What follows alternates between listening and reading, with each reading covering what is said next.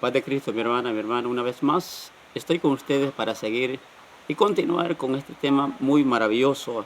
Acabamos de subir un video. En el video anterior estuvimos viendo sobre los apóstoles falsos del tiempo de los apóstoles. Como podemos ver, habían ministros, apóstoles y, y todo, pues, una cantidad de hombres haciendo un trabajo en ese tiempo, obviamente un trabajo en el engaño. Hoy quiero que veamos sobre la función de estos hombres, por qué también existen falsos apóstoles y ministros. Te quiero llevar a la palabra de Dios para que podamos ver en esta hora sobre la función de los engañadores. Por algo el Satanás los tiene allí y es para engañar. Dice en 1 Timoteo 4:1, te voy a llevar ahí, sobre lo que consiste esta enseñanza de los falsos. Dice la palabra de Dios ahí, 1 Timoteo capítulo 4, verso 1, dice así: pero en el Espíritu dice claramente, en los posteriores tiempos algunos apostatarán de la fe, escuchando a espíritus engañadores y a doctrina de demonios. Escuchando a espíritus engañadores y a doctrina de demonios. Sabes que de esto se da cuenta uno hasta que conoce el verdadero evangelio, es decir, la verdadera enseñanza. Uno se da cuenta de que lo que había escuchado, lo que había aprendido, lo que había creído, viene de esa fuente espiritual maligna. Y pues, claro, muchos se apartan de la verdad para escuchar una mentira. Y ese es el engaño que ha venido. La función de estos hombres es engañar con doctrinas, enseñanzas. Doctrina significa una enseñanza, enseñanza de demonios. Aunque no es la brujería, aunque no es la magia negra la que se está escuchando, pero se está escuchando una enseñanza que consiste en el engaño. Claro, la falsa enseñanza consiste en predicar a Dios de una forma engañosa, de una forma la cual no es como debe de ser. Te quiero llevar a otra escritura. Dice en 2 Timoteo 3:13, estamos hablando de lo que consiste en el engaño, en el propósito, para qué están los falsos maestros y los falsos apóstoles. Dice el versículo 13: mas los malos hombres y los engañadores irán de mal en peor, engañando y siendo engañados. Este es un gran trabajo que tiene Satanás con su disfraz. Es un gran trabajo. Nosotros los pastores que predicamos el Evangelio, tú mi hermano, pastor, ministro apostólico, tú y yo sabemos que predicar el Evangelio de Cristo es un gran trabajo, un gran desafío al cual nosotros nos sometemos. Así también existe una cantidad de hombres, pero cantidad que quizás numeralmente nos superan a nosotros, pero nosotros llevamos el poder del Espíritu Santo porque servimos al Señor Jesús, quien es Dios, y que estamos predicando la verdad. La función de ellos es engañar, como lo dice la palabra de Dios ahí estamos viendo. Predicar el error. En el libro de Efesios, capítulo 4, versículo 14, le voy a llevar ahí también para que nos demos cuenta. Y creo que con esta escritura usted y yo quedaremos totalmente claros de lo que consiste esta palabra. Dice Efesios 4:14, dice así en el nombre de Jesús: para que ya no seamos niños fluctuantes, llevados por doquiera de todo viento de doctrina, por estratagema de hombres que para engañar emplean con astucia las artimañas del error. Las artimañas del error.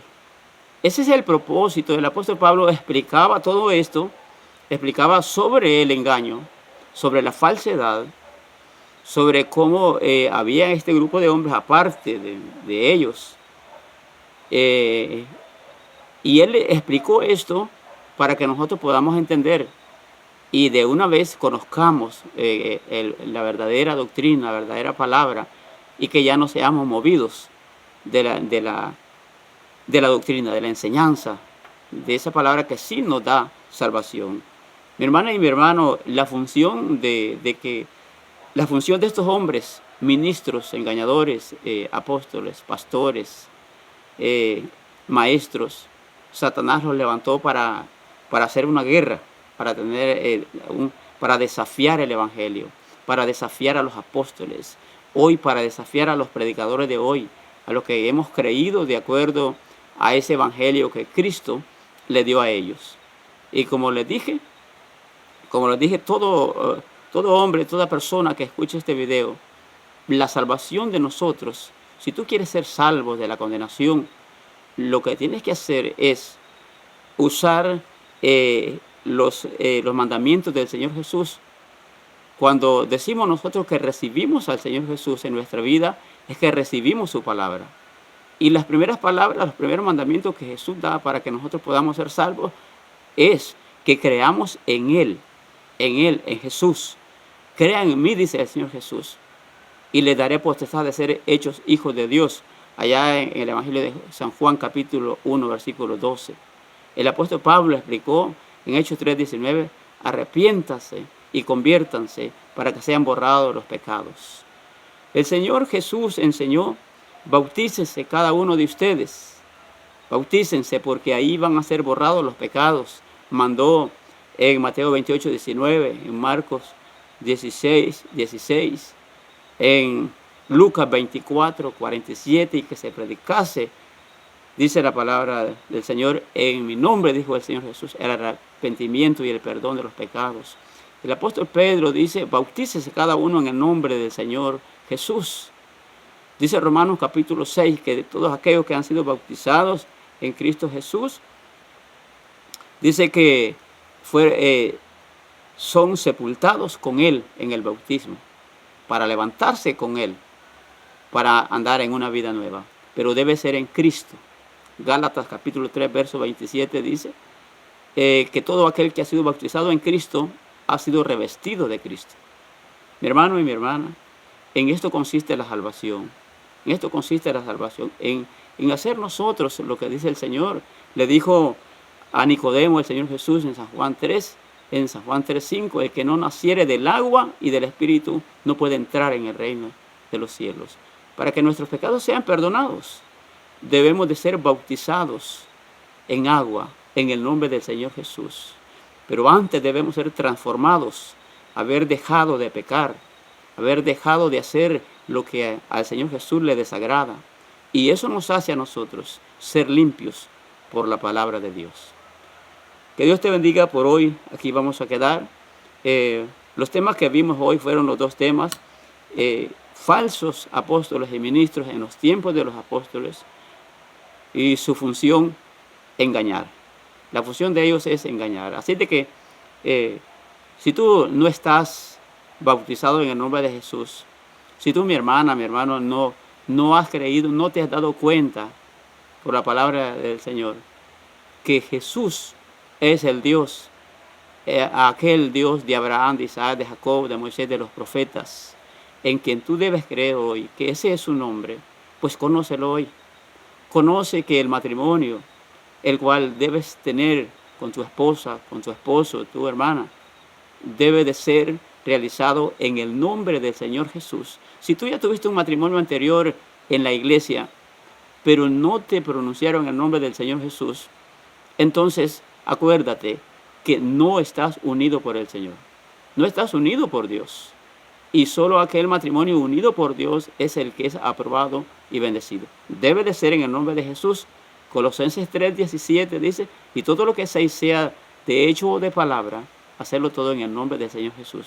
Acuérdate, quiero recordarte esto, que el matrimonio civil no es donde tu pecado ha sido deshecho. Ese es un matrimonio terrenal. El matrimonio que hiciste católicamente en las palabras Padre, Hijo y Espíritu Santo no te hace libre del pecado, porque no hay nombre ahí, solo títulos. Pero a aquel que realices en el nombre del Señor Jesús, ese borrará tu pecado y te justificará por su nombre. Dios te bendiga. Padre Cristo, Ya estaremos subiendo los últimos 2 videos posteriormente para concluir con este tema, el verdadero matrimonio. Los 3 matrimonios, civil y los otros 2 matrimonios, que es aquel matrimonio que se realiza en Padre, Hijo y Espíritu Santo, en esas 3 palabras, o que se hace en otro nombre o en el nombre de Jehová, el cual no es el nombre del Señor Jesús hoy.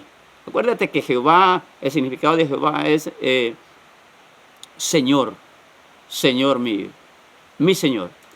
Pero el nombre Jesús, Jesús o Jesucristo es el nombre de hoy, el nombre del presente, el nombre que se nos ha dado para ser salvos de todo pecado, de toda enfermedad y que rompe todas las cadenas. Dios te bendiga, Padre Cristo. Posteriormente estaremos subiendo los últimos, quizás 2 videos más que nos toque subir para que concluyamos con este tema del matrimonio verdadero. Bendiciones.